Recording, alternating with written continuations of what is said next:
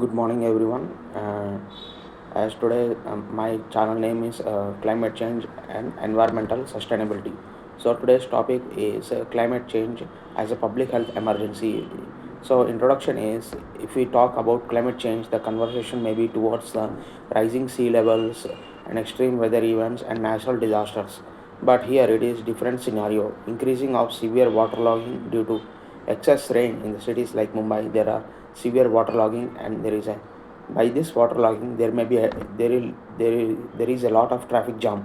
So from that and also from this a lot of communicable diseases such as typhoid, cholera, hepatitis A, and leptospirosis may occur, and this causes a major problem in the city health issues. The excess water spoils road infrastructures and it causes clogging. So, malaria is largely confined to an uh, endemic region thing. So, here, but it is generally found in hot areas.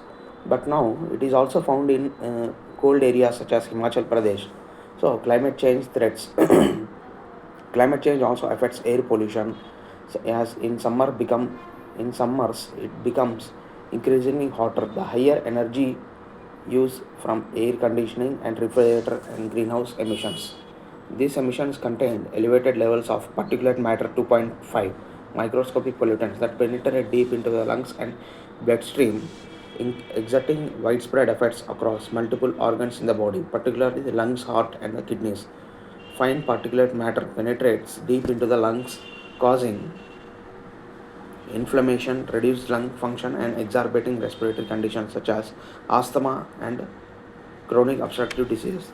The particulates can also damage blood vessels, accelerate uh, atherosclerosis, and increase the risk of hypertension and heart attack and stroke. Greenhouse gases such as uh, CFCs enter into the atmosphere and causes more extreme heat, creating a feedback loops that amplifies the very crisis we are trying to manage through air conditions and other cooling appliances. So we should stop using air conditioning and refrigerators. Instead of that, we can use coolers and fans, etc. The heat wave puts strain on the human body to work extra hard. So, from this strain, hypertension, heart attack, and stroke may occur. It affects daily wage laborers, and people won't don't have shelter.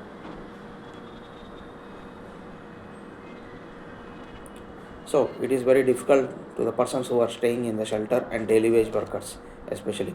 In few states like Telangana, Odisha, and Vidarbha are reporting a rising number of heat strokes related deaths. Infant health outcomes are also increasing at risk. Exposure to extreme heat and air pollution has been linked to preterm, preterm births and low birth weight among newborns.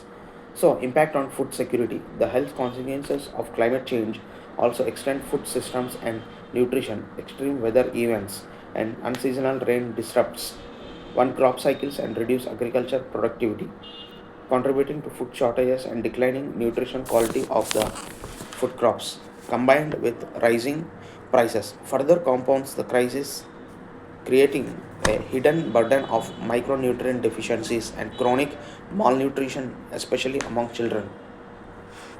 Rising temperature can also cause decline in milk production as cattle affected by heat stress comprise compromise infant and child nutrition. It is directly weakened immunity and greater vulnerability to disease, particularly among children and the elderly. So, I want to conclude that the warnings have been existed for decades, but were largely overlooked. Climate change is no longer a distant threat for public health in India. It is already a present reality.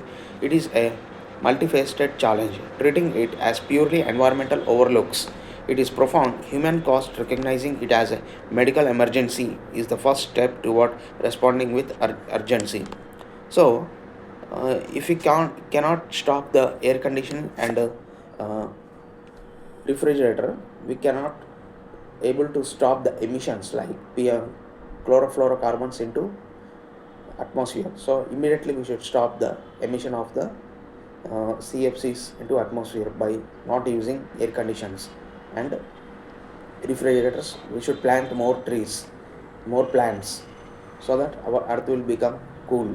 And we should use normal uh, coolers and fans in summer also. We should try to live even in 45 degrees in within by using a normal fan and cooler.